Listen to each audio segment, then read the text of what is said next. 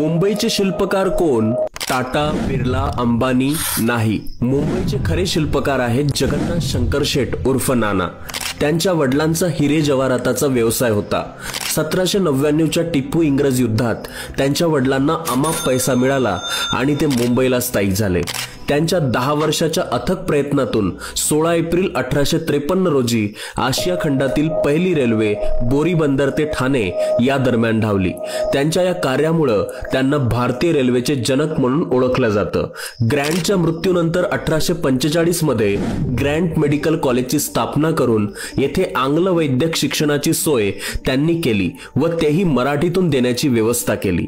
Agree horticultural society of western India व geographical society या संस्थांचे प्रमुख व अध्यक्ष नाना शंकर शेठ होते. भारतीयांना कला शिक्षण मिळावं म्हणून सर जे स्कूल ऑफ आर्टच्या स्थापनेत त्यांचा सक्रिय सहभाग होता.